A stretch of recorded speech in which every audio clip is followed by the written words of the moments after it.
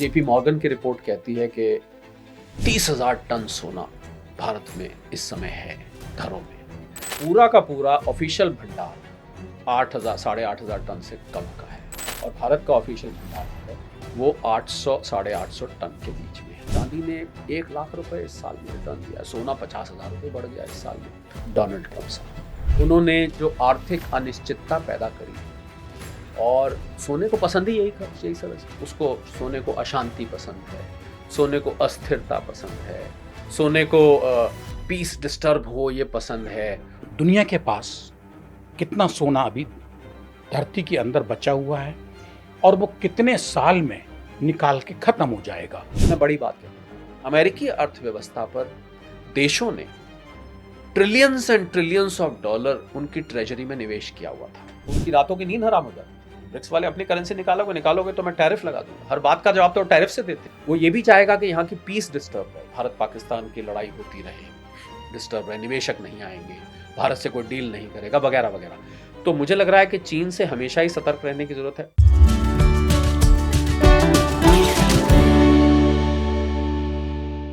आपके घर की अर्थव्यवस्था खराब हो रही है, जेब में पैसा कम है लेकिन कमाई ज़्यादा चाहते हैं, रास्ता नजर नहीं आता।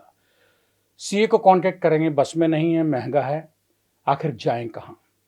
और टीवी पे मिलने वाले अर्थशास्त्री, इकोनॉमिस्ट जो है वो मिलते नहीं हैं क्योंकि उनकी फीस बहुत ज़्यादा है।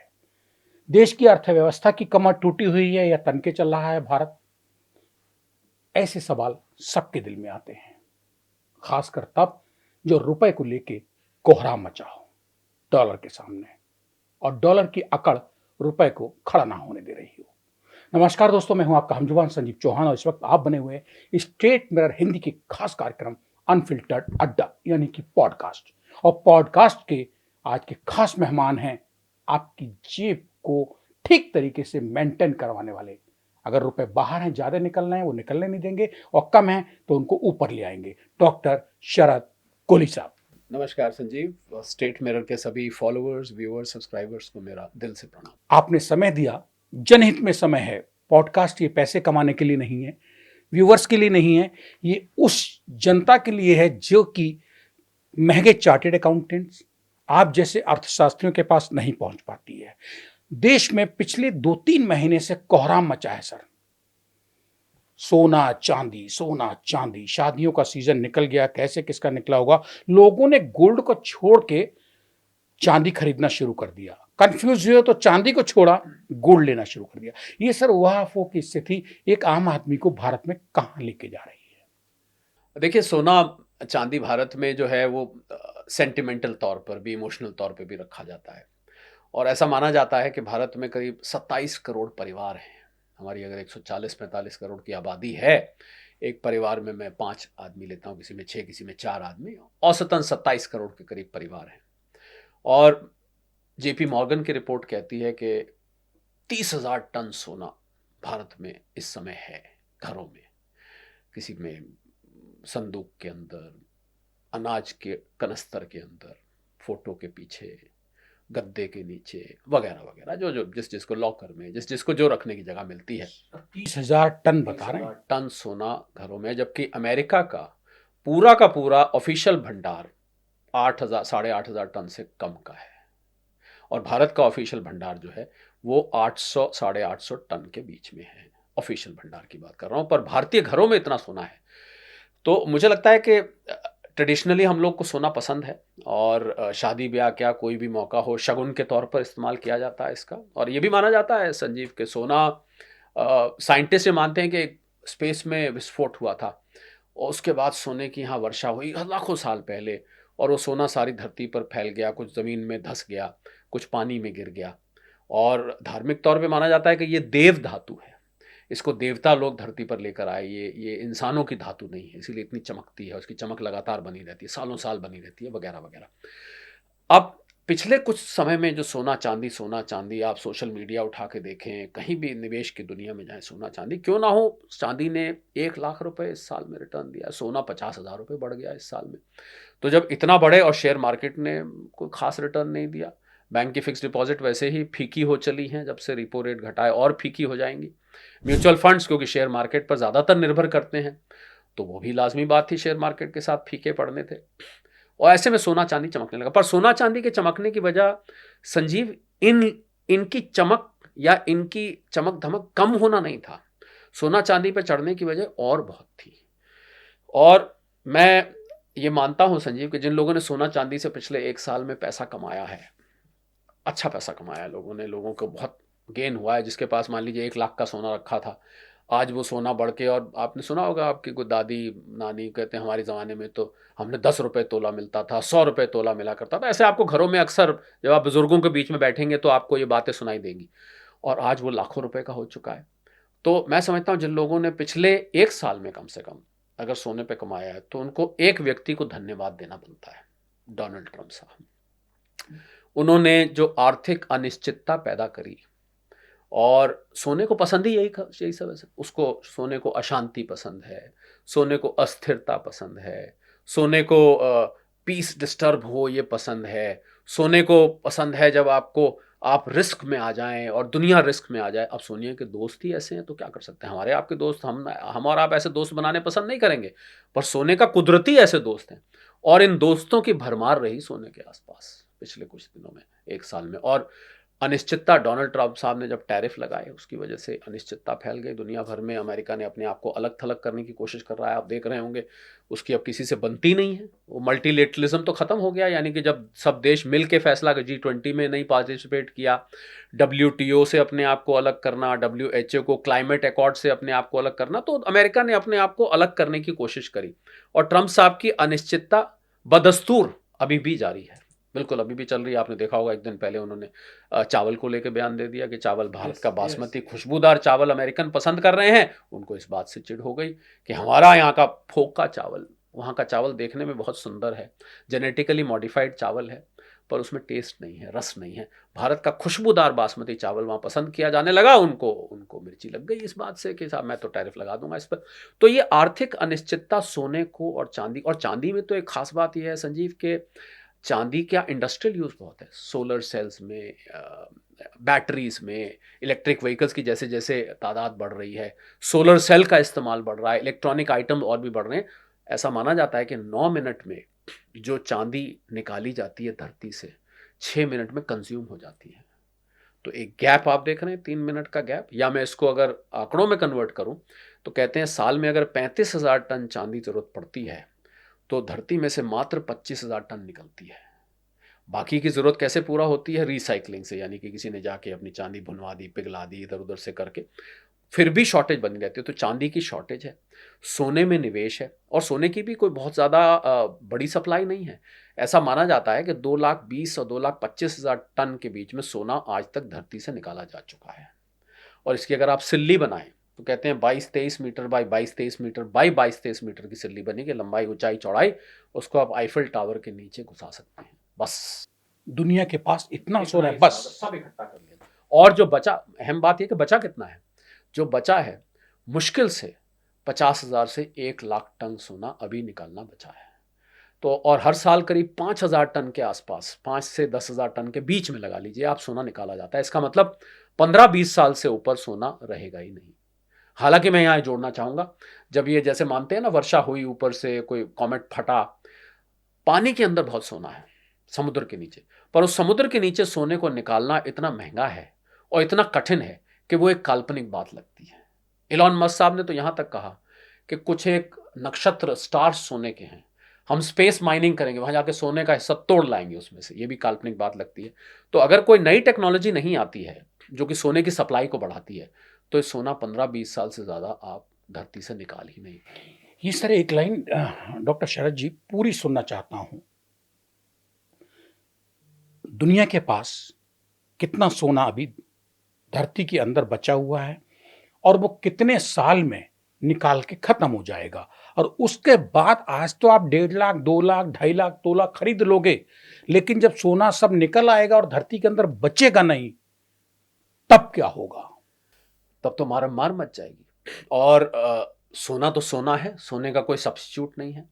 तो एक तो ये कारण कि सोने की सप्लाई कम है, और जियोपॉलिटिकल टेंशन्स आप देख रहे हैं बढ़ी।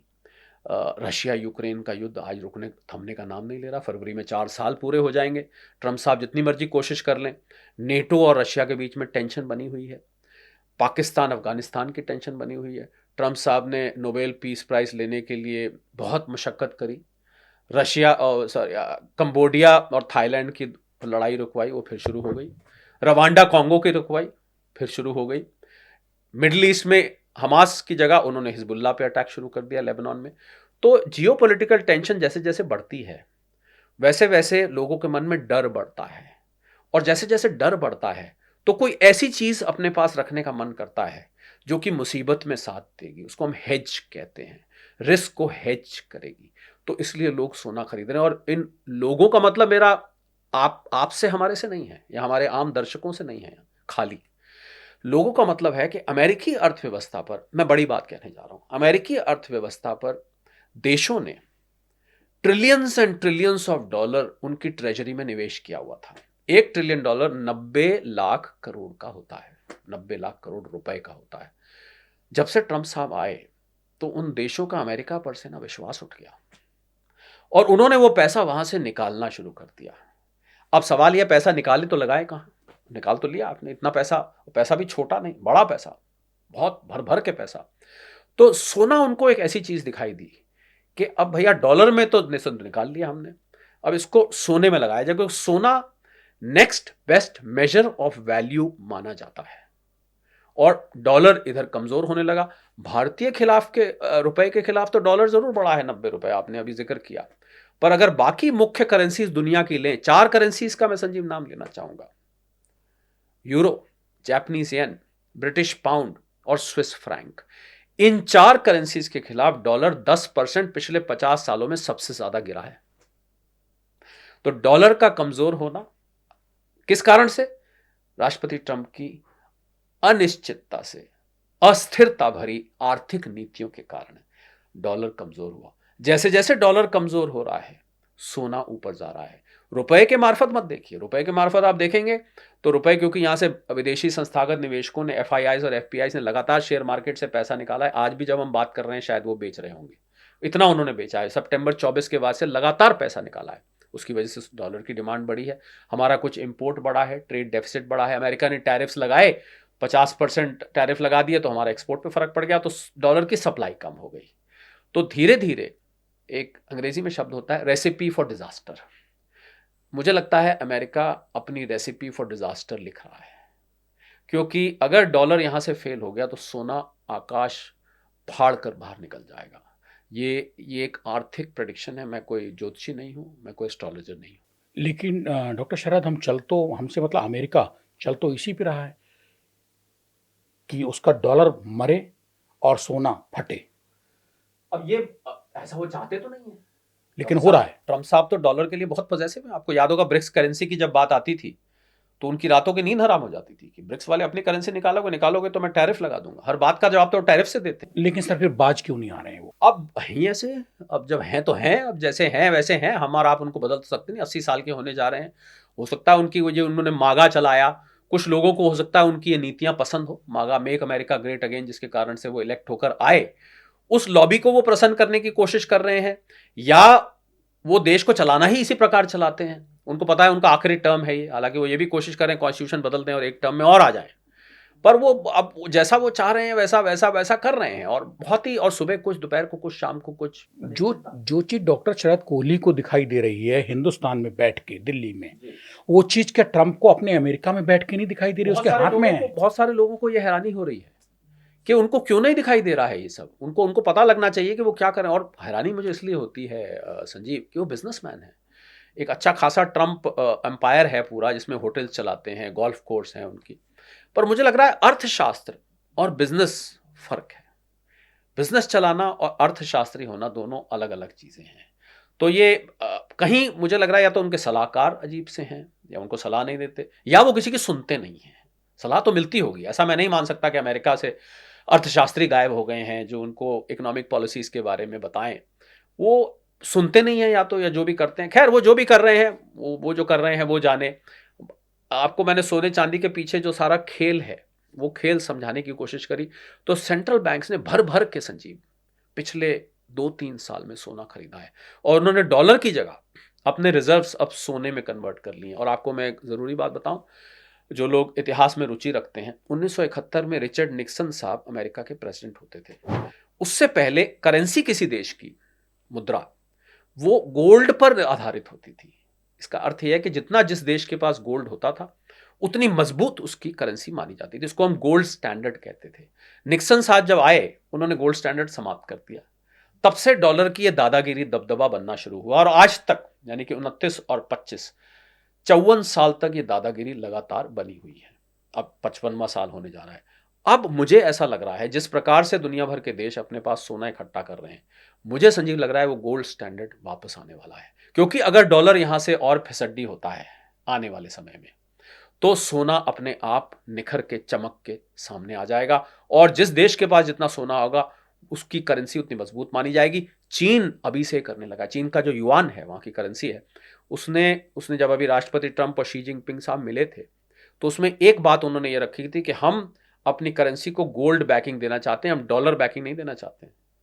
और राष्ट्रपति ट्रंप इस बात पे चुप हो गए थे। उन्होंने एक तरह से यूं कहें तो मान गए थे, क्योंकि उनको वो रेयर अर्थ मिनरल्स, जिसकी सप्लाई का गला घोट दिया था चीन ने, वो उन्होंने इसी शर्त पर खोली कि ये शर्तें मानी जाए। पर्दे के पीछे क्या हुआ, सारी बात तो सामने नहीं आई, पर यह बात ऐसा कहा जाता है कि उस टाइम रखी गई थी। यानी कि सर, अंतर्राष्ट्रीय अर्थव्यवस्था पे बात करें, सवाल करें, चर्चा करें, तो अमेरिका और ट्रंप, इनका दंभ डॉलर की दादागिरी को सुसाइडल पोजीशन में ले आएगा। बिल्कुल, मुझे लग रहा है कि उस तरफ अग्रसर है, और बिल्कुल लाएगा, क्योंकि जो नीतियां लगा रहे हैं, आप देखिए ना, हम जब आप दुनिया का नक्शा तो सब देखते हैं, तो दुनिया का नक्शा आप फैला के देखें तो अमेरिका उसमें से अलग है। बाकी का जो दुनिया है, वो एक तरह से आपस में गुथी हुई है। ऑस्ट्रेलिया वगैरह छोड़ दें, वो दुनिया आप सड़क से एक दूसरे के यहाँ जा सकते हैं ज़्यादातर देशों में। पर अमेरिका, हम बच छोटे थे तो देखते थे अमेरिका अलग था, तो हम कहते थे ये बीच में अटलांटिक ओशियन है यार, ये बाकी देश तो सब जुड़े हुए हैं, अमेरिका अलग थलग क्यों है। तो अलग थलग आज तक नक्शे पे दिखता था। आप समझ रहे मैं क्या कहना चाह रहा हूं। अब उसने अपने आप को आर्थिक रूप से, कल्चरल रूप से, इमिग्रेशन बंद करना चाह रहे हैं, हर तरीके से अपने आप को अलग थलग कर रहे हैं। ये नीति वैश्विक अर्थव्यवस्था के लिए ठीक नहीं है, क्योंकि ये नीति ना केवल अमेरिका को डुबोएगी, बल्कि दुनिया पर भी इसका असर होगा। हम तो डूबेंगे सनम, तुम्हें भी साथ ले डूबेंगे, सुना होगा आपने। तो कुछ कुछ ऐसा ही मुझे करते दिख रहे हैं कि अपने आप को तो डूबेंगे। और आपको एक बात और बताऊं, अभी कल आंकड़े आए कि अमेरिका की अर्थव्यवस्था मात्र 1.8% से ग्रो कर रही है। जीडीपी की बात कर रहा हूं, पर मेरे अनुमान से इतना भी नहीं है। मेरे अनुमान से अमेरिकी अर्थव्यवस्था इस समय रिसेशन में है। क्यों रिसेशन में है? क्योंकि जो पैमाने बताते हैं, ये कुछ ऐसा ही है। अगर आप कहें कि अमेरिका ग्रो कर रहा है, कि आपका शरीर मेरा टूट रहा है, भूख मुझे लग नहीं रही, खड़ा मेरे से हुआ नहीं जा रहा, सिर मेरे दर्द हो रहा है, और जब मैं थर्मोमीटर लगाया तो मेरा बिल्कुल बुखार बिल्कुल नॉर्मल है। तो ऐसा हो नहीं सकता। तो अगर आप कहें कि मेरे जीडीपी के आंकड़े नॉर्मल हैं, पर अंदर जो सारे हाई फ्रीक्वेंसी इंडिकेटर्स हम उनको बोलते हैं, इकोनॉमिक पैरामीटर्स भी बोलते हैं, नौकरियां वहां पर है नहीं, छोटे बिजनेसेस वहां पर बंद हो रहे हैं, नया निवेश वहां पर आ नहीं रहा, स्किल्ड मैन पावर को भी नौकरी मिलने में दिक्कत हो रही है। $38 ट्रिलियन का अमेरिकी अर्थव्यवस्था पर लोन चढ़ गया है। तो इतनी सब चीजें जब आपकी आर्थिक रूप से आपका इशारा कर रही हैं कि आपकी अर्थव्यवस्था बहुत अच्छे सेहत में नहीं है, ऐसे में आप कैसे ग्रो कर सकते हैं? तो मेरा अनुमान ये कहता है कि अमेरिकी अर्थव्यवस्था इस समय रिसेशन में है, इस समय तरक्की नहीं कर रही है। और अगर अमेरिका रिसेशन में होगा तो कहते हैं अमेरिका छींक मारता है और जुकाम दुनिया को लग जाता है, क्योंकि अमेरिका दुनिया की सबसे बड़ी अर्थव्यवस्था है, फाइनेंशियल सेंटर है।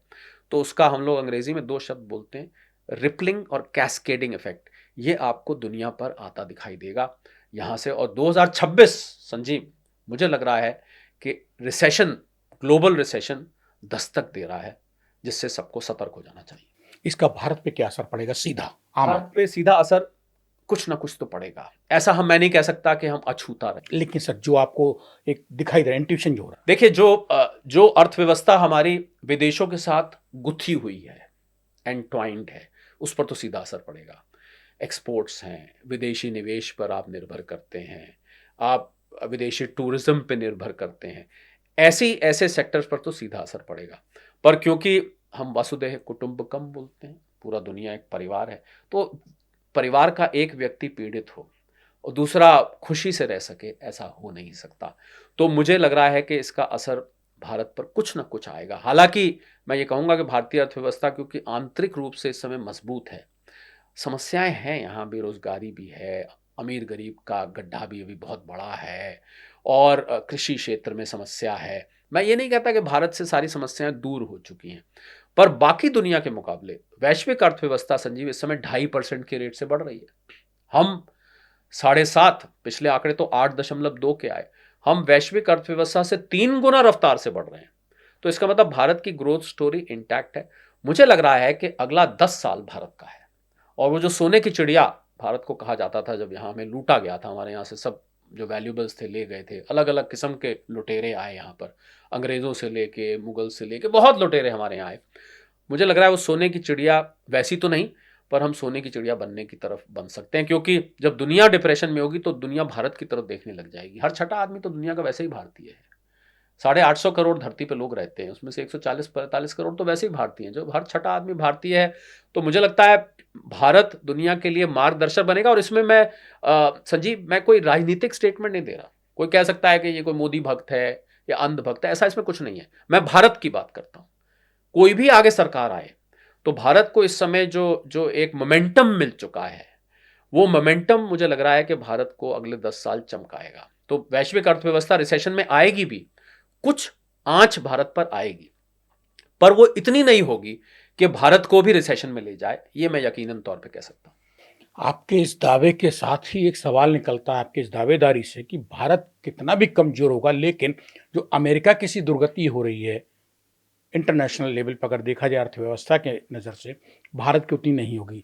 लेकिन मोदी यानी कि मौजूदा हुकूमत के, हिंदुस्तान के विरोधी राहुल गांधी एंड एटसेट्रा जो भी साथ में उस ब्रैकेट में, वो कोहराम मचाएं कि भारत को मोदी ने बर्बाद कर दिया है, आज का भारत तबाह हो चुका है। आप ही बता दीजिए, क्योंकि आप नेता तो नहीं है, ना मंत्री हैं। मैं नेता, बिल्कुल आपने ठीक कहा, मैं ना मैं नेता हूं, ना मैं मंत्री हूं, ना मैं राजनीति से आता हूं। मेरा राजनीति से दूर दूर तो आप ही बताइए कोई सर, लेना देना नहीं। ये विपक्ष क्यों कोहराम मचाता है? तो देखिए, विपक्ष का काम है, मैं मानता हूं संजीव, प्रश्न उठाना। और अगर विपक्ष कोहराम नहीं मचाएगा, अच्छा मैं एक दूसरी सिचुएशन लेता हूं। आप बताइए, आप तो इतने मजे हुए पत्रकार हैं, 3-4 दशक से आप पत्रकार हैं। अगर विपक्ष मोदी जी की तारीफ करता रहेगा हमेशा, बहुत बढ़िया किया आपने, अरे कमाल की नीति निकाली आपने, तो विपक्ष को कौन पूछेगा? सत्ता पक्ष की भी वैल्यू कोई मतलब कोई रहेगी नहीं। तो मुझे लगता है विपक्ष का काम है कोहराम मचाना। कोहराम की डिग्री अलग अलग होती है, कई बार डिग्री पसंदीदा नहीं होती है, कई दफे बिलो स्टैंडर्ड चले जाते हैं, जिसको बिलो द बेल्ट हिट करना कहते हैं। पर सवाल उठाना विपक्ष का ड्यूटी है। तो अगर विपक्ष सवाल उठाता है, पर अभी दिक्कत क्या हो रही है कि वो गलत पे तो सवाल उठाता है, सही पे भी सवाल उठा देता है। तो इसकी वजह से क्या होता है, मैं अब एक आम नागरिक बन के आपसे बात कर रहा हूं, जब वो सही पे सवाल उठा देता है तो गलत के सवाल की भी अहमियत समाप्त हो जाती है कि ये तो हर वक्त ही बोलते हैं, ये तो हर चीज पर बोलते हैं। यानी कि सवाल उठाएं तो ठीक है, लेकिन शोर मचाना गलत है। नहीं, शोर मचाना गलत नहीं। मैं जो बात कह रहा था वो थोड़ी सी फर्क है संजीव। मैं ये कह रहा हूं कि जब कोई सही निर्णय सरकार ने लिया, उस पर विपक्ष ने सवाल उठाया, अच्छी उस बुरी बात, कोई खराब निर्णय लिया उस पर सवाल उठाया, ठीक है, पर आप सही पे भी सवाल उठाएंगे तो आपका गलत पे सवाल उठाना भी फिर डाइल्यूट हो जाएगा। मतलब आप तो हर वक्त ही बोलते रहते हैं, आप अपनी अहमियत खुद खराब करते हैं। तो विपक्ष का कोहराम मर के मोदी को बर्बाद कर दे। देखिए, हम तो ये नहीं कहते देश को बर्बाद किया, हम आर्थिक पैमाने देखते हैं। 25 करोड़ लोगों के जीवन का स्तर सुधरा है, इस देश की साख दुनिया में बनी है। मैं विदेशों में मेरा आना जाना होता रहता है, मैं स्वयं बहुत साल से जाता हूं।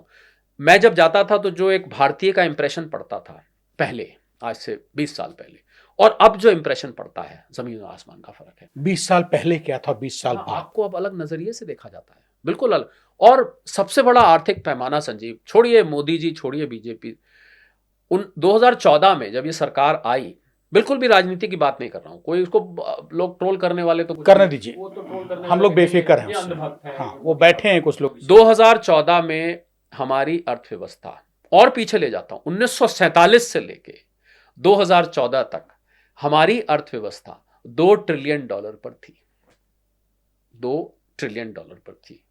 2014 से लेके और 2025 तक हम $4 ट्रिलियन पर आ गए। यानी कि जो हमने 53 और 14 67 साल में जहां तक पहुंचे, वहां हम पिछले 11 साल में पहुंच गए। कुछ तो ठीक हुआ होगा। कुछ तो ठीक हुआ होगा। नहीं, मैं विपक्ष के एंड से बोल रहा हूँ, कुछ तो ठीक हुआ होगा कि जो आप 67 साल में अचीव कर पाए वो आप 11 साल में आपने अचीव कर लिया। दुनिया भर के रिफॉर्म्स हुए यहाँ पर, बैंकिंग सिस्टम को ठीक किया गया, कृषि क्षेत्र को ठीक करने के प्रयास किया गया, इंडस्ट्री को ठीक करने का प्रयास किया गया, एमएसएमईज को ठीक करने का प्रयास किया गया, लेबर सेक्टर को ठीक करने का प्रयास किया गया, महिलाओं के लिए बहुत कुछ किया गया, यूथ के लिए बहुत कुछ किया गया, स्टार्टअप्स को लाया गया, स्टैंड अप को लाया गया, मुद्रा लोन बांटे गए। मैं कहता हूं चाहे उन लोन से किसी ने टीवी क्यों नहीं खरीदा, पर बांटे तो गए ना कुछ तो किसी ने किया। तो कुछ सरकार की जो नीतियां थी, मैं ये देखिए 100 में से 100 नंबर मैं किसी को भी नहीं दूंगा। परफेक्शन कहते हैं इस संसार में नहीं है। तो आप कहें कि परफेक्ट सारे तीर निशाने पे लगे, ऐसा नहीं हो सकता है, पर ज्यादातर तीर उनके काम किए, तभी आप 11 साल में 2 ट्रिलियन से 4 ट्रिलियन डॉलर हो गए, जो आप 67 साल में 2 ट्रिलियन। तो सबसे बड़ा आंकड़ा संजीव मैं इसको मानता हूं। अब इसके अंदर इतने आंकड़े हैं कि मैं वो गिनवाना शुरू करूं तो बाकी का शो इसी में चला जाएगा और दर्शकों के लिए थोड़ा बोरिंग भी हो जाएगा, तो इसलिए मैं उसमें गहराई में नहीं जाना चाहता। आपके सवाल का मैंने संक्षेप में जवाब देने की। मुझे जवाब मिला, लेकिन जो इस वक्त स्टेट मेरा हिंदी के इस खास कार्यक्रम पॉडकास्ट यानी कि अनफिल्टर्ड अड्डा में डॉक्टर शरद कोहली को सुन रहे हैं, उनकी बात, उनकी समस्या आर्थिक और जेब से जुड़ी, उसका समाधान उनकी आम भाषा में मिल रहा होगा, इसमें कोई शक नहीं है। क्योंकि अगर डॉक्टर शरद कोहली से नहीं समझ पाते हैं तो फिर देश की कोई बैंक नहीं बनी है, कोई अकाउंटेंट नहीं बना है जो आपकी समझ में आपकी जेब का बजट आ सके। समझना है, ध्यान से सुनते रहिए। डॉक्टर साहब, बात हो रही थी कि आखिर जेब, भारत, आर्थिक स्थिति कहाँ क्या, आपने बहुत क्लियर किया है। और सोने को लेके जो उहाफो ना केवल हिंदुस्तान में, दुनिया में है, और आपने ये तक बता दिया कि आने वाले 20 साल बाद जब सोना खत्म होगा तब देखिए कि कहाँ होगा, किस तरीके से सोने को लेके लूटमार। ये तो सोने का चैप्टर हुआ।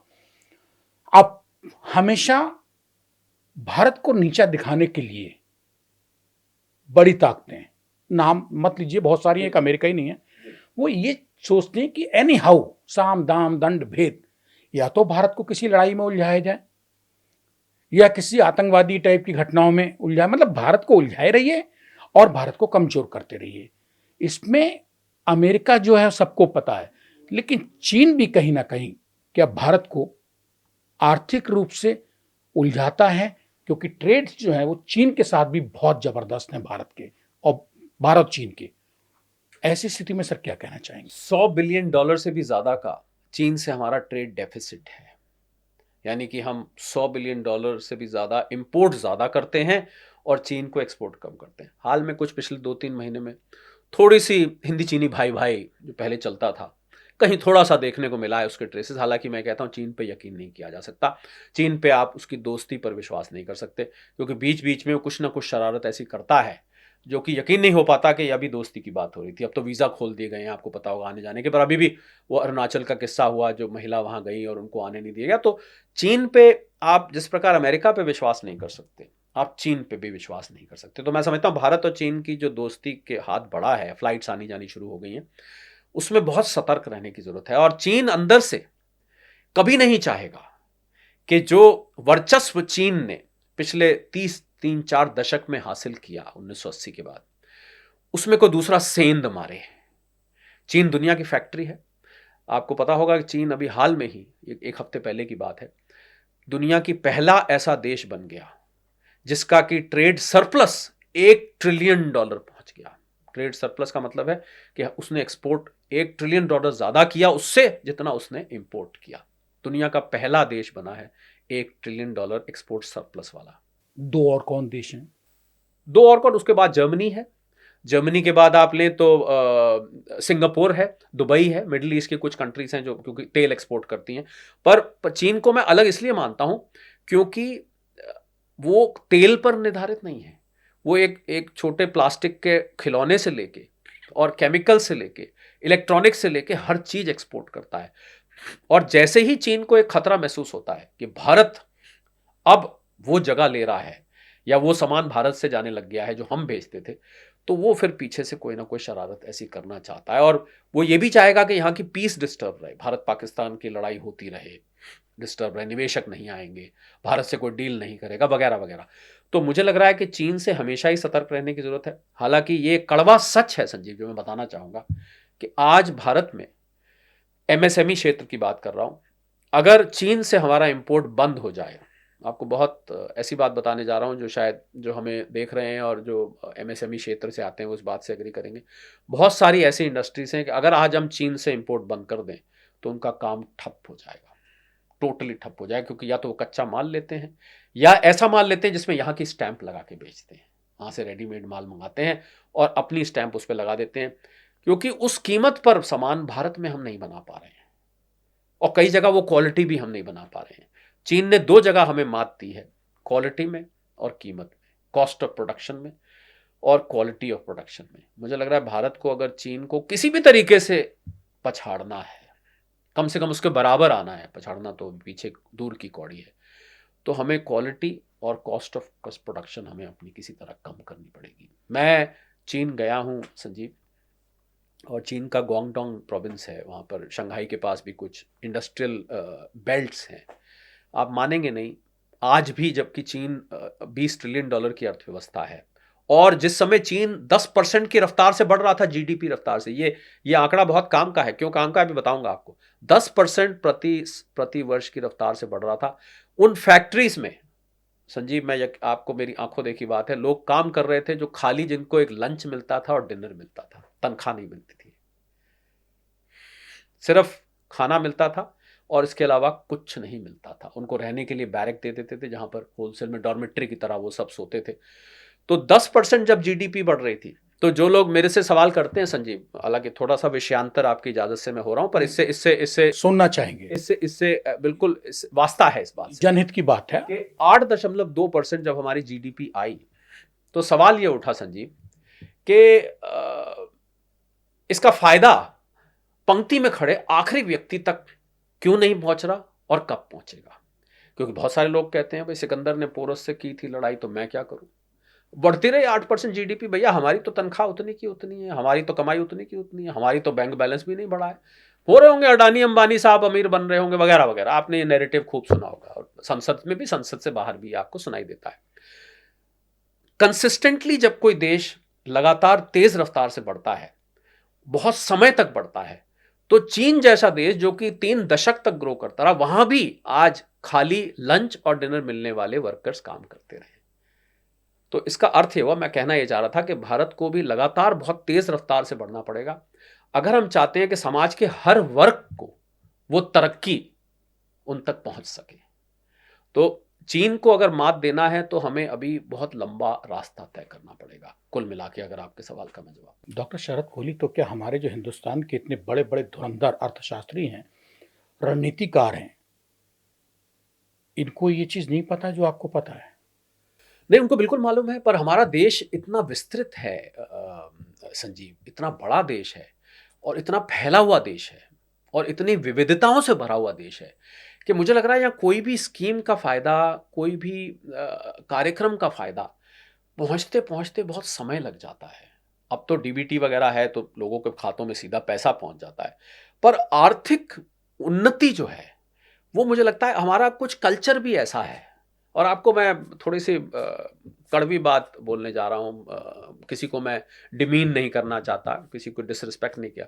मैंने कहीं पर किसी का कोई मकान बन रहा था, कुछ वहाँ मजदूर काम कर रहे थे, उनको एक तनख्वाह रोज की दिहाड़ी मिलती होगी। मैंने उनसे कहा, मैंने कहा आप ऐसा करो ना, आप 2-3 घंटे, वो 10 बजे सुबह आते थे, 5 बजे अपना शर्ट वर्ट पहन के तैयार हो जाते थे, मैं देखता था, मेरे मित्र थे, मैं जाता था।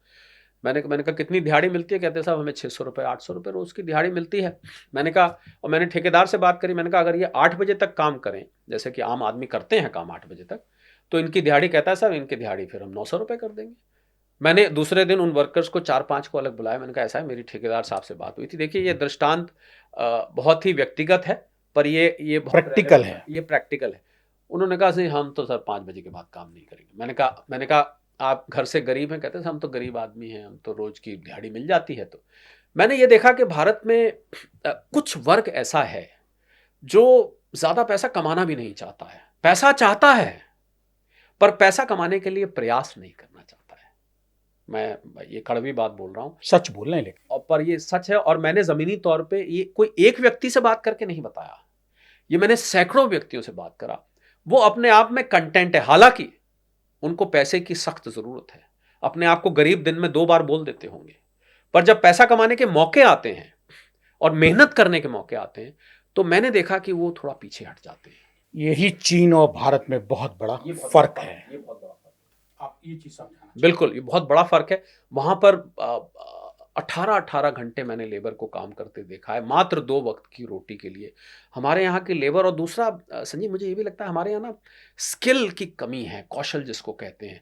स्किल नहीं है, कंपनियां हैं नौकरी देने के लिए, उनको मिलते नहीं, उनको लोग नहीं मिलते हैं। यहाँ कहते हैं लोग नौकरी की कमी है, मैं कहता हूँ कि नौकरी करने वालों की कमी है। अच्छी नौकरी मिलती है पर करने वाले नहीं मिलते हमारे यहाँ। और सबसे बड़ा कारण अगर भारत का मैं मानता हूं, जो हमें वक्त लगेगा, मैं आज आपके चैनल पर यह खुलासा करना चाहूंगा। मेट्रो शहर का एक पब्लिक स्कूल एयर कंडीशनड है, बढ़िया टीचर हैं, बच्चे दूसरी तीसरी क्लास से घर में अंग्रेजी नहीं बोली जाती, वो बोलते हैं वहाँ पर फर्राटे से। उनकी सारी दुनिया का 6ठी 7वीं क्लास तक आता है, पूरी दुनिया की जानकारी होती है, दुनिया भर की उनकी वर्कशॉप्स होती हैं, उनको एक्स्ट्रा करिकुलर एक्टिविटीज़ कराई जाती हैं, उनको ट्रिप्स पे ले जाया जाता है, एक्सपर्ट्स को स्कूल में आजकल बुलाया जाता है। जब तक वो 12वीं पास करके बच्चा निकलता है, वो बच्चा बहुत ही इंटेलिजेंट होकर निकलता है। वो ऐसा होता है कि मैंने 12वीं क्लास पब्लिक स्कूल्स के बच्चों को स्टार्टअप शुरू करते देखा, और बड़े सक्सेसफुल स्टार्टअप्स। एक गांव के स्कूल में जाइए आप, शहर से 50 किलोमीटर दूर निकल के, छप्पड़ फटा हुआ है स्कूल का, टीचर वहाँ है नहीं, ब्लैक बोर्ड टूटा हुआ है, क्लास हफ्ते में 2 होती हैं, इम्तिहान होते नहीं, होते हैं तो चीटिंग हो जाती है। अब वो बच्चा जब पास करके निकलता है, दोनों बच्चों का कोई कसूर नहीं है, उसकी परवरिश में, स्कूल की परवरिश की बात कर रहा हूं मैं, नीतियों में शिक्षा, मुझे लगता है शिक्षा नीति ऐसी जड़ है जिसमें अगर पानी दे दिया जाए तो भारत का भविष्य बहुत तेजी से बदल सकता है। और ये जो फर्क है ना शहर और गांव की शिक्षा में, मुझे लगता है ये फर्क ही मुख्य कारण है गरीबी का, बेरोजगारी का और अवसरों की कमी का।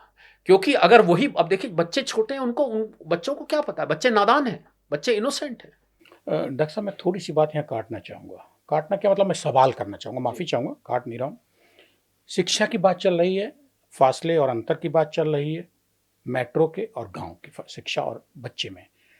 लेकिन यहाँ के जो IITian हैं हमारे पढ़े हुए, उनको जब भारत में मौके मिलते हैं IIT की पढ़ाई करने के बाद, तो बेटर देन दिस कि वो इंडिया को चूज करें, वो सीधे जापान जाते हैं, जर्मनी जाते हैं, US जाते हैं, सब जगह चले जाएंगे। लेकिन वो IITian यहाँ का पढ़ा हुआ भारत में नहीं रुकना चाहता है। ये भी दूसरा रूप है हमारी शिक्षा का। ब्रेन ड्रेन इसको बोलते हैं, यानी कि आपके यहाँ पर उच्च शिक्षा हासिल करी और किसी और देश को जाके लाभ पहुंचाया। क्यों जाते हैं आपको पता है, वो बोलते हैं, उनका कहना ये है, मैं इसको स्वीकार नहीं करता, साहब क्वालिटी ऑफ लाइफ वहाँ बहुत अच्छी है, साफ सुथरी सड़कें हैं, एक सिस्टम से सारा कुछ चलता है, बच्चों को पढ़ाई अच्छी मिलती है, ये डॉलर में तनख्वाह मिलती है या यूरो में मिलती है। ये उनके कारण बताए जाते हैं जो कि भारतीय करेंसी से बहुत स्ट्रांग है। मुझे लग रहा है संजीव, चलिए आपकी बात के मैं आपकी बात को तो मैं स्वीकार करता हूं, ये सच, ये कड़वा सच है कि भारत से बहुत सारा टैलेंट यहां से बाहर गया है। पर मैं अब इसके आगे की बात करता हूं। आप मेरी बात ये नोट करके रखिए और इसको नोट करके सेव करके सिर्फ इतने क्लिप को रखिएगा। आने वाले 10 साल में आप इन लोगों को भारत वापस आते देखेंगे। इनके जो वहां अवसर थे वो समाप्त हो जाएंगे, जिन कारणों से ये गए थे वो कारण इनको नहीं दिखेंगे। इनको वापस भारत आना होगा और भारत में इनको पता लगेगा आके कि यही हमारी कर्म भूमि है, ना कि केवल जन्म भूमि है। यहीं पर अवसर हैं। जिन देशों में ये आज तक गए थे सपने बुन के, वो सपने इनके, क्षमा मांगते हुए कह रहा हूं, चकनाचूर होने वाले हैं। इब्तिदाए इश्क है रोता है क्या, आगे आगे देखिए होता है क्या। मतलब कनाडा ने कुचल दी जो भावनाएं, अरबों रुपया लगा के गए थे, हजारों गए थे, अब वो धक्के दे के जूते मार के वहां से निकाल रहे हैं। अमेरिका में देखिए क्या हालत हो रही है, यूके में देखिए क्या हालत हो रही है। इतना रेसिज्म इन देशों में हो गया है। और जिस पैसे के लिए गए थे संजीव ये, अब वहां पैसा भी कहां है, सड़कों पे भीख मांग रहे हैं। लंदन में लोग, आपको हैरानी होगी जाके, मैंने लंदन से पढ़ाई की हुई है, मैं लंदन की, कौन है वो भीख मांगने वाले, ऐसे जानता हूं, ये वहां के माइग्रेंट्स हैं, लोकल लोग हैं जिनको पास पैसा नहीं है। इनके दिन लद गए, इनकी हुकूमत के और इनकी अमीरियत के दिन इन देशों के लद चुके हैं। आने वाला दशक भारत का है, आप इन सबको वापस आते देखेंगे, आप कुछ इंतजार करिए। लेकिन मेरा सवाल तो फर्क जो मैं साबित करना चाह रहा था वो तो ठीक लगा आपको? सवाल बहुत अच्छा है, ये सच, ये कड़वा सच है कि यहाँ से आप उच्च शिक्षा हासिल किया और वहाँ जाके आप आप जो आपको शिक्षा देश ने दी, जिस देश की भूमि ने शिक्षा दी, आपने उसका लाभ कहीं और पहुंचाया। अरे वो छोड़िए, अपने बूढ़े माता पिता को यहाँ छोड़ के चले गए आप तो।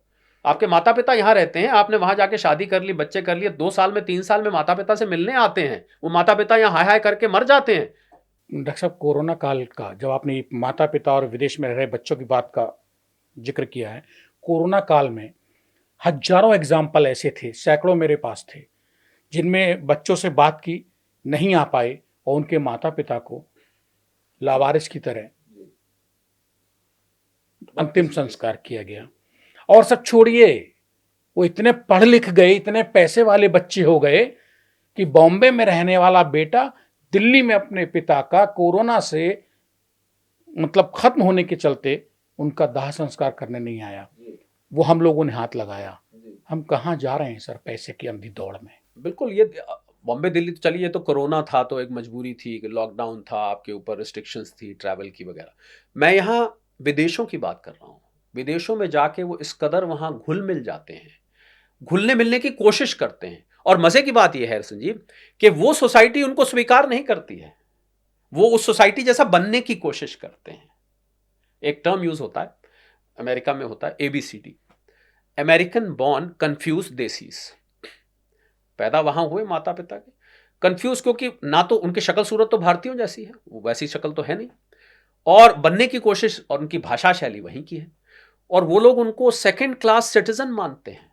अमेरिकन जो भी है, जहां भी जितने भी ये सो कॉल्ड डेवलप्ड कंट्रीज है, जब आप इंडियंस को वो सेकंड क्लास सिटीजन मानते हैं। अब ट्रंप साहब ने क्या कहा, थर्ड वर्ल्ड कंट्रीज, जब अफगानिस्तान का वहां पर वाकया हुआ, दीज थर्ड वर्ल्ड कंट्रीज, क्या किस नजर से वो देखते हैं आपको? फिर भी आप वहां जाके चिपकना चाहते हैं, वहां जाके रहना चाहते हैं। आपको क्या नजर आता है वहां पर जो अपने देश में नहीं है? वो तो सर हमको इसी से अंदाजा लग गया कि इलीगल तरीके से जो लोग वहां गए थे और पकड़े गए, उनको बेड़ियों में जकड़ के ऐसे भेजा गया, भारत लौटाया गया कि पकड़िए जैसे कि वो टेररिस्ट हों। ठीक। और जबकि नेपाल जैसे छोटे देश के वो सब अपने आप से खुले हुए आए थे। हमारी औकात क्या अमेरिका की नज़र में है, ये हमें जानना होगा, महसूस करना होगा और स्वीकार करें। और मुझे लग रहा है लोगों को समझना होगा, जो विदेश में अब पढ़ाई, अब पीछे एजुकेशनल इंस्टीट्यूशन ने रिस्ट्रिक्शन लगाई जो अपने बच्चों को वहाँ भेजते हैं। मुझे ये बताएं कि भारत में कौन सी ऐसी पढ़ाई की कमी है जो आपको एक स्टेटस सिंबल के लिए, बच्चे का भविष्य बहुत अच्छा होगा। अरे वो बच्चा वहां जाके अपना नहीं रहता है संजीव। जिस बच्चे को आप अपनी सारी जमा पूंजी लगा के पढ़ाई के लिए अमेरिका और कनाडा की यूनिवर्सिटी में भेज देते हैं, वो बच्चा 3 साल बाद आपका अपना नहीं रहता, वो सिस्टम का हो जाता है, और वो बच्चा आपको इज्जत देना बंद कर देता है। जिस माता पिता ने अपने खून पसीने से वहां बच्चे को भेजा, वो बच्चा आपने, तो मुझे लग रहा है कि आप इंतजार करिए, अगले 10 साल आपको ये सारे IITians और जितने भी हैं सब वापस आते देखेंगे। इनका वहां पर अब भविष्य नहीं है। मैं एक अर्थशास्त्री होने के नाते बहुत जिम्मेवारी से बात कह रहा हूं कि अब आने वाले 10 साल में इनका भविष्य नहीं है। जो सपने संजो के ये वहां गए थे, वो सपने चकनाचूर होने वाले हैं, होने शुरू हो गए हैं, और इनकी वापसी तय है। डॉक्टर शरद जी, कोहली साहब, ये कहा जाता है कि हमारे यहाँ बच्चे IITian हो जाते हैं, हाईली क्वालिफाइड होते हैं, बहुत शार्प माइंडेड होते हैं, जब एजुकेशन, हायर एजुकेशन कंप्लीट कर लेते हैं, टेक्निकल एजुकेशन ले लेते हैं, तो उनको ये लगता है कि हमारे देश में 50,000 की नौकरी नहीं और हमें कॉल सेंटर में नौकरी 20,000 की करनी पड़ेगी। लिहाजा जब वो जापान, अमेरिका, रशिया, चाइना की तरफ देखते हैं तो वहाँ उनको डॉलर्स नज़र आते हैं, UN नज़र आते हैं, और ये वहाँ चले जाते हैं। बिल्कुल नज़र आते हैं और मिल भी जाते हैं, कई दफ़े मिल भी जाते हैं, पर उसकी कॉस्ट देखिए क्या आ रही है संजीव। मैं आपको कॉस्ट गिनवा देता हूँ उसकी। आप सेकंड क्लास सिटीजन है वहाँ पर, आप अपना सारा काम खुद करना पड़ता है, झाड़ू लगाने से लेके खाना बनाने तक सब काम खुद करना पड़ता है। तीसरा, आपको वहाँ रेसिज्म का सामना करना पड़ता है, यानी कि आपकी उनकी जो गोरी चमड़ी है और हमारी चमड़ी ब्राउन है, उस चमड़ी के फ़र्क की वजह से आपको गालियाँ सुनाई जाती हैं। वहाँ पर मर्डर्स भी हो जाते हैं, आपने कितने भारतीयों के वहाँ पर मर्डर होते देखे होंगे। उसके बाद आप अपने माता पिता से दूर हो जाते हैं, आप अपनी संस्कृति से दूर हो जाते हैं, और जिन बच्चों के लिए आप विदेश गए थे, वो बच्चे, मैं आपको निजी मैं किसी के घर गया, भारतीय थे, मेरे मित्र थे, वहीं जाके सेटल हुए। मैंने उनसे पूछा आप यहाँ क्यों आए थे? कहते बच्चों की पढ़ाई के लिए, बच्चों का जो भविष्य यहाँ पर है भारत में नहीं है। थोड़ी देर में क्या हुआ, उस बच्चे को स्कूल जाना था, स्कूल के लिए तैयारी हो रही थी। ये अमेरिका का इंसिडेंट मेरे साथ व्यक्तिगत बीता हुआ, न्यूयॉर्क की ये बात है, मैं नाम नहीं बता सकता उस व्यक्ति का ऑब्वियस रीजन से। तो डाइनिंग टेबल पे मुझे सुबह उन्होंने नाश्ते पे बुलाया था, मैं न्यूयॉर्क किसी काम से गया हुआ था, 3-4 दिन के लिए। तो मैंने कहा आप यहाँ क्यों? कहते हैं बच्चे के लिए हम आए थे, बच्चों का भविष्य जो यहाँ पर है ना शरद जी, वो इंडिया में वो बात नहीं है। यहाँ पर बच्चों को जो अपॉर्चुनिटीज़ मिलती हैं, इंडिया में वो कहाँ मिलती हैं। मैं उसको अंदर से तो अस्वीकार कर रहा था, पर किसी के घर में मेहमान बन के गया हुआ था, तो मेरा कुछ कहना बनता नहीं था, शिष्टाचार के खिलाफ था कि मैं उनको कहूँ कि आप गलत कह रहे हैं। ऑब्जेक्ट नहीं कर। थोड़ी देर में वो बच्चा अंदर से निकल के आया, करीब 10 साल का वो बच्चा था, और दूध नहीं पी रहा था वो। और उसकी माता आई अंदर से किचन से निकल के, वो भी हमारी भाभी थी, बहुत समय से मैं दोनों कपल को जानता था जब से उनकी शादी हुई। बच्चे ने दूध पीने से मना किया और मम्मी ने आके उसको ज़ोर से डांट दिया कि तुम दूध नहीं पियोगे तो सोच लो मैं तुम्हारी आज पिटाई करूँगी। बच्चे ने, मेरे सामने की बात है, मैं डाइनिंग टेबल पे बैठा हूँ, बच्चे ने गया वहाँ पर, कॉर्डलेस फ़ोन पड़ा था, 911 डायल कर दिया पुलिस बुला ली। और थोड़ी देर में पुलिस आ गई और पुलिस उनको उठा के ले गई। और खैर बाद में छोड़ दिया क्योंकि उन्होंने, बच्चे ने कुछ सफाई दी और उसमें कुछ मिलने वाले लोग आ गए। मैंने उनसे पूछा, मैंने कहा आप तो कह रहे थे कि मैं बच्चों के लिए यहाँ आया था। कहते हैं शरद जी असल में ना ये बच्चे अब अपने नहीं रहे। मैंने कहा तो किसके हैं? कहते हैं ये बच्चे सिस्टम के हैं, इनको स्कूल में सिखाया जाता है कि तुम्हारे माता पिता अगर तुम्हें डांटे तो तुम पुलिस बुला लो। मैंने कहा तो आप इन बच्चों में, और कुछ समय बाद ये भी उन्होंने मुझे बताया, कुछ समय शरद जी अभी स्कूल पास होगा तो बच्चे अलग रहने लग जाएंगे या अलग कमरा ले लेंगे, हमारे पास नहीं रहेंगे। मैंने कहा मुझे ये बताइए, आप जिन बच्चों के लिए आए थे वो बच्चे तो आपके रहे नहीं, तो आप तो कह रहे हैं मैं बच्चों के लिए आया था, तो आप क्या बच्चे सिस्टम को दान करने के लिए आए थे? तो ये वहां की कड़वी हकीकत है संजीव। शरद जी, आप जो कुछ कह रहे हैं मेरी तो समझ में इतना आ रहा है, बहुत ही एक आम आदमी की भाषा में आपने कहा, और इससे बेहतर उदाहरण मेरे ख्याल से कभी डिस्कशन में नहीं आता है कि आज की हमारी जो हिंदुस्तान की हाईली क्वालिफाइड जनरेशन है, वो चांदी के चम्मच से खाने के चक्कर में वहाँ सोने के जूते खाने को तैयार है, लेकिन चैन से इज्जत के साथ भारत में रहने को राजी नहीं है। सबको सोने के जूते भी नहीं मिल रहे हैं, सबको नहीं मिल रहे हैं। कोई कोई वहाँ पर, आपने अभी एक बात कही कि आईआईटी का इंजीनियर है, उसको यहाँ पर कॉल सेंटर में जॉब मिलती है, या कोई बहुत अच्छा पढ़ा लिखा है। मैंने वहाँ पर आईआईटी के लोगों को वेटरगिरी भी करते देखा है। हालांकि मैं किसी काम को निम्न नहीं समझता हूँ, मैं मानता हूँ कि सब काम इज्जत, लेकिन जब बात तार्किक तरीके से आ रही, लॉजिकली है कि आप जब पढ़ाई और आपकी काम, तो मैंने इंजीनियर्स को वहाँ वेटर का काम करते हुए भी देखा है, ये भी हुआ है। तो सोने के जूते भी नहीं पड़ते सबको। वहां जाके बर्तन धो लेंगे और यहाँ आपको कॉल सेंटर की नौकरी बुरी लगती है। नौकरी बुरी लगती है, बिल्कुल। ये कड़वी सच्चाई, आपने बहुत बहुत बढ़िया बात बोली है, ये कड़वी सच्चाई है। और मुझे लगता है कि लोगों को जो ये सपने देखते हैं कि विदेश जाएं, भारत में क्या रखा है, भारत में क्या रखा है, अरे यहाँ पर क्या है, तो कुछ नहीं है। मुझे लगता है ये सोचना गलत है, और आप कुछ समय का इंतजार करिए, ये स्टेटमेंट बदलती दिखेगी आपको। हाँ, मतलब कुरुक्षेत्र में जब तक महाभारत नहीं होगा तब तक योद्धाओं की ताकत का एहसास नहीं होगा। भले ही एक तरफ कृष्ण की सेना खड़ी हो और दूसरी कृष्ण खड़े हों, लेकिन यहाँ जब पड़ेगी तभी पता लगेगी, और ये अगर टाइम रहते पता लग जाए तो नुकसान ना हो। शरद जी, पैसा बहुत है लोगों के पास आज भी भारत में, लेकिन लगाने का कुछ उन्हें जुगाड़ नहीं है। सोना, ये चांदी सब बहुत हैवी हो गए हैं। वो ये सोचते हैं कि हम एसआईपी में चले जाएं, बॉन्ड्स में चले जाएं। ऐसे लोगों के लिए क्या कहना चाहेंगे आप कि भैया आज की तारीख में 5 साल बाद तक के लिए कि कहाँ जाए जिसके पास थोड़ा भी पैसा है? मुझे लगता है कि क्योंकि ऐसा मुझे महसूस हो रहा है, मैं और मेरी आर्थिक टीम निरंतर विश्लेषण करती रहती है देश की अर्थव्यवस्था की और वैश्विक अर्थव्यवस्था की। मुझे लगता है कि आने वाला 2026 संजीव, वो कहीं कोई रिसेशन की आहट सुनाई दे रही है, मंदी की आहट सुनाई दे रही है। तो जब मंदी की आहट सुनाई दे, हमने शुरू में बात भी करी, अमेरिका की ग्रोथ रेट की बात करी, यूरोप के कुछ देश तो पहले ही मंदी में खड़े हुए, जापान मंदी में चला गया। तो जब मंदी की आहट सुनाई देती है, तो ऐसे में आपके निवेश की जो स्ट्रैटेजी है वो थोड़ी सी फर्क होती है। तो आपकी इजाजत से मैं उस फर्क स्ट्रैटेजी को बताना चाहूंगा, क्योंकि मंदी की आहट मुझे सुनाई दे रही है और मेरे कानों में शायद तेज सुनाई दे रही है। बाकी लोग क्योंकि उतना विश्लेषण नहीं करते तो उनको इतनी नहीं सुनाई। लेकिन खुल के ईमानदारी के साथ हमारा जो फर्ज है वो तो हम बता ही सकते हैं कि समझना और एडॉप्ट करना ना करना वो आप पे है। दर्शकों का काम है। तो ऐसे में स्ट्रैटेजी ये होती है कि आप अपने खून पसीने की कमाई को फैला कर रखें।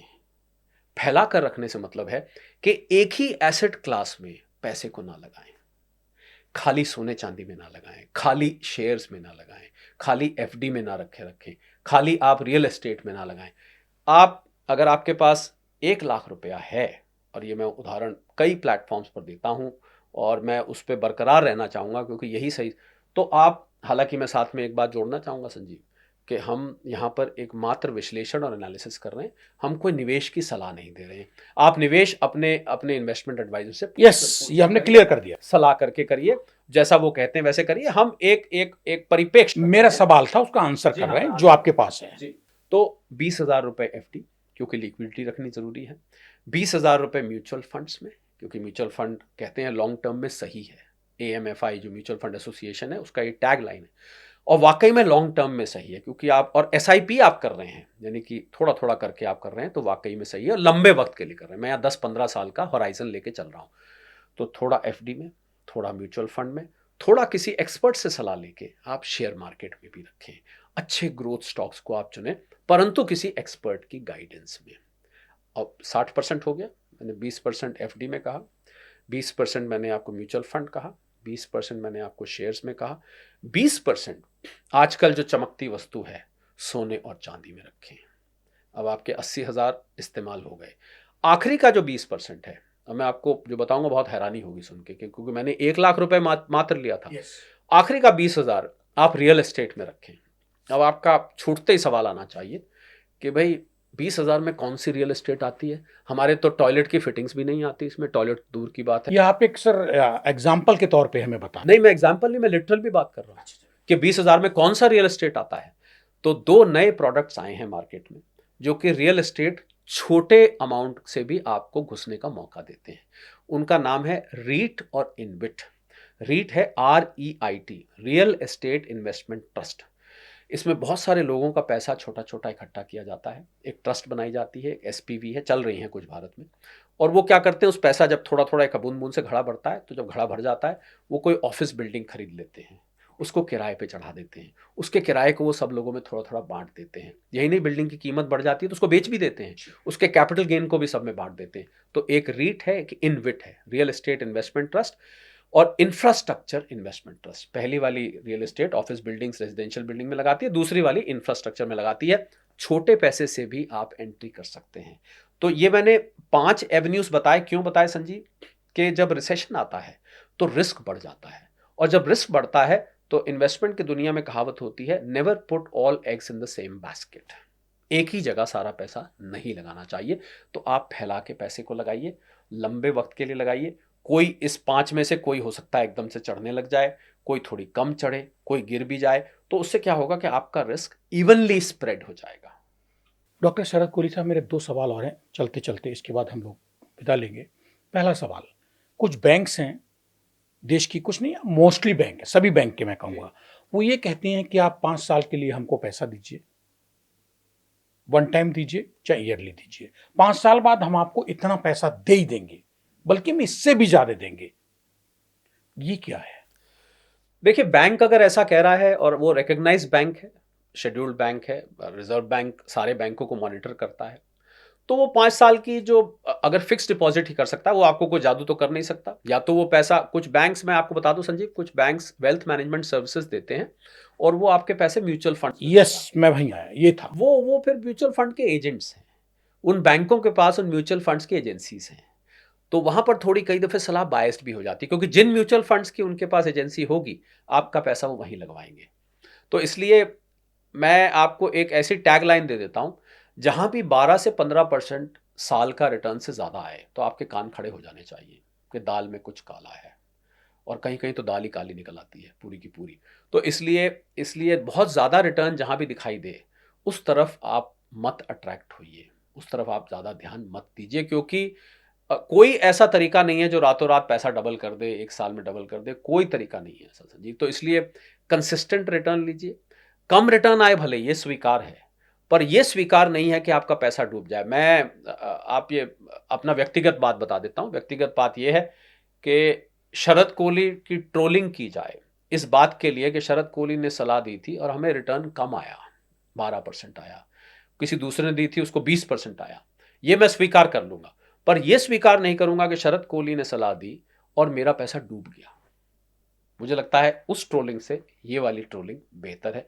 इसको मैं स्वीकार करता हूं, क्योंकि मैं मानता हूं कि खून पसीने की कमाई को आपको ज्यादा रिस्की एसेट्स में नहीं लगाना चाहिए। इसीलिए मैंने ये 5 आप मेरे से किसी ने कहा कि साहब आप तो कह रहे हैं कि गोल्ड एंड सिल्वर का भविष्य बहुत अच्छा है और ये आने वाले साल में भी चढ़ेगा, तो सारा पैसा आप क्यों नहीं बोलते कि भाई इसी में लगा दिया जाए, फिर आप मैंने कहा मैं नहीं कहूँगा, क्योंकि मैं कभी भी नहीं कहूँगा कि आप हाईली रिस्की एसेट्स में आप पैसा लगाएं। आप अपने सलाहकार से बात करें, निवेश जो आपको निवेश में मदद करते हैं उनसे बात करिए, फाइनेंशियल एडवाइज़र है उनसे बात करिए। पर रिसेशन के दौरान में मल्टी एसेट एलोकेशन ही सबसे अच्छी स्ट्रैटेजी होती है। अलग अलग निवेश के संसाधनों में आप थोड़ा थोड़ा पैसा अपना रखें। डॉक्टर साहब, एक लास्ट क्वेश्चन है और वो प्रॉपर्टी से जुड़ा हुआ है और ये अहम क्वेश्चन है और ये केस स्टडी है, ये सवाल नहीं है, केस स्टडी है, मेरे पास केस है।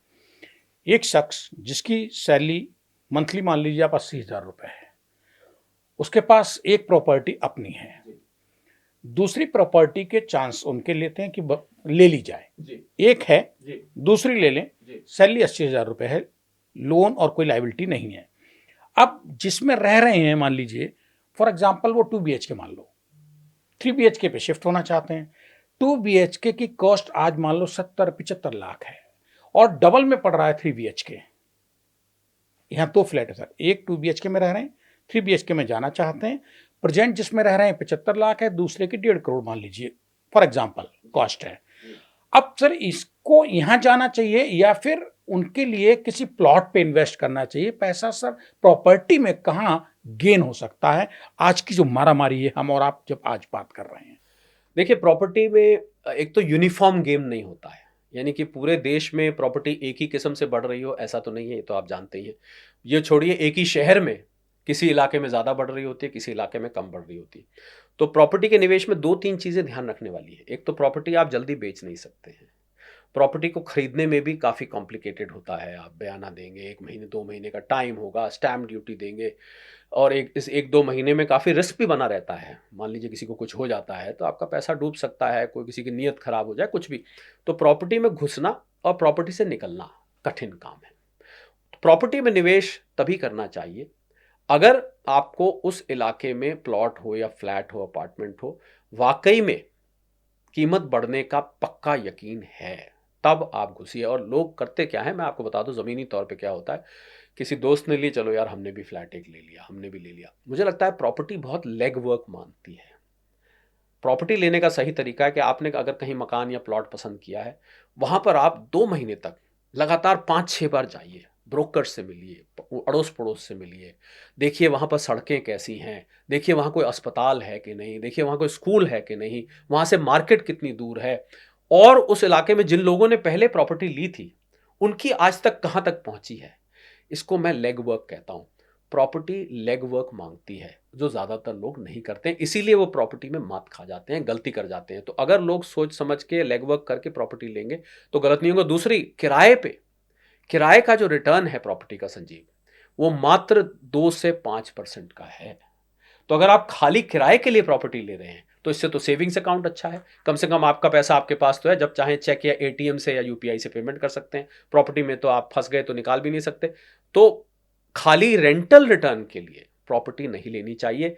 अगर साथ में कैपिटल एप्रिसिएशन यकीनी तौर पर है, मैं यकीनी को इन्वर्टेड कॉमर्स में कर रहा हूं और जोर दे के कह रहा हूं, तभी आप रेंटल इनकम के लिए प्रॉपर्टी में इन्वेस्ट करिए, वरना कोई फायदा नहीं। हाँ, समाज में कहेंगे कि संजीव के 2-2 मकान है, अरे क्या बात है यार, तुम्हारे तो 2 मकान है, लोगों को एक नहीं नसीब होता, आपके 3 मकान है, वो एक अलग बात है। पर आरओआई पॉइंट ऑफ व्यू से रेंटल इनकम कतई ठीक नहीं है। फ्लैट और प्लॉट, एनसीआर की बात कर लेते हैं सर। सबसे ज़्यादा मारामारी गुड़गांव, फरीदाबाद, नोएडा, ग्रेटर नोएडा, गाजियाबाद, इन्हीं के लिए। दिल्ली से तो आदमी निकल के भाग रहा है। इन इलाकों में सर फ्लैट ज़्यादा ठीक है और प्लॉट इन्वेस्टमेंट के पॉइंट ऑफ व्यू? इन्वेस्टमेंट के पॉइंट ऑफ व्यू से तो संजीव प्लॉट ही अच्छा रहता है, क्योंकि लैंड की सप्लाई शॉर्ट है, ज़मीन अनलिमिटेड नहीं है। आपको पता है ज़मीन तो सीमित है, नक्शा बनाए तो नक्शे की लकीर बता देती है कि इससे बाहर ज़मीन नहीं है।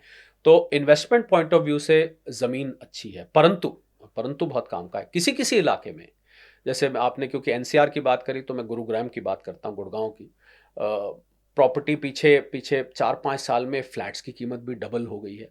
कुछ जो अल्ट्रा लग्जरी सेगमेंट है उसमें बड़ी तेज़ रफ्तार है, पर सैद्धांतिक तौर पर प्लॉट हमेशा बेहतर है किसी भी फ्लैट या कंस्ट्रक्टेड एरिया से, क्योंकि कंस्ट्रक्टेड एरिया में डेप्रिसिएशन होती है, जैसे जैसे वो पुरानी होती जाती है बिल्डिंग, उसकी कीमत कम होती जाती है। परंतु लैंड क्योंकि शॉर्ट सप्लाई में है, तो अगर आप इन्वेस्टमेंट पॉइंट ऑफ व्यू से देख रहे हैं और अच्छी लोकेशन है, पर एक बात ध्यान रखनी पड़ेगी आपको लैंड में, कि आप जब भी लैंड लें तो यहाँ शरारत इतनी होती है कि कोई उस पर कब्जा ना कर ले। तो आपको लैंड लेते ही उसकी फेंसिंग, उसकी बाउंड्री वॉल बना देनी चाहिए। लैंड को खुला नहीं छोड़ना चाहिए, क्योंकि कोई पड़ोसी से आपका कल को झगड़ा हो सकता है, वो कहे कि मेरी हद यहाँ तक है और यहाँ तक है, उसके बाद आप नपाई करते करते रह जाएंगे, कोर्ट में केस चला जाएगा और फंस जाएगी प्रॉपर्टी।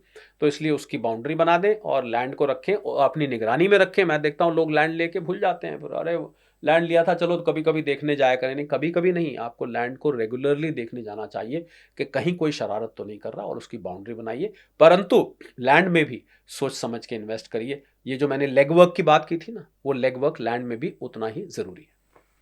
कुल जमा साथियों, कुल आपने सुना, डॉक्टर शरद कोहली बता रहे थे। आपकी बात, आपकी भाषा में कोई बहुत हाईफाई ज्ञान नहीं था। वो ये बताना चाह रहे थे कि आपके पास जो पैसा है ना, उसको जेब से निकालने के समय इन्वेस्टमेंट के लिए 100 बार सोचिए, फिर लगाइए, जल्दी में नहीं। तो लेग वर्क कहा है वो सिर्फ जमीन, फ्लैट प्रॉपर्टी का ही नहीं है, आप सब जगह करिए। गोल्ड में इन्वेस्ट कर रहे हैं, चांदी में कर रहे हैं, बैंक में कर रहे हैं, एफडी में कर रहे हैं, जहां भी पैसा लगाइए बढ़ाने के लिए, तो बढ़ते हुए पैसे को मत देखिए, उसके साथ जोखिम पर भी जरूर नजर रखिए। ये आपको सोचना है। शुक्रिया डॉक्टर शरद कोहली साहब। मेरे ख्याल से आपने यही कहा जो मैंने अंत किया। बिल्कुल बिल्कुल, आपने ठीक कहा, क्योंकि ये एक कहावत है और मैं हाथ जोड़ के कहावत, हाथ जुड़े हुए में ये कहावत बोलूंगा। If you want your money to work for you, you have to work for your money first. आप चाहते हैं आपका पैसा आपके लिए काम करे, तो आपको अपने पैसे के लिए पहले कुछ काम करना पड़ेगा। शुक्रिया डॉक्टर शरद कोहली साहब, स्टेटमेंट हिंदी से बात करने के लिए और सबको आम भाषा में वो जानकारी देने के लिए जो आप तक ना आ पाए वो भी सुन सकें। धन्यवाद।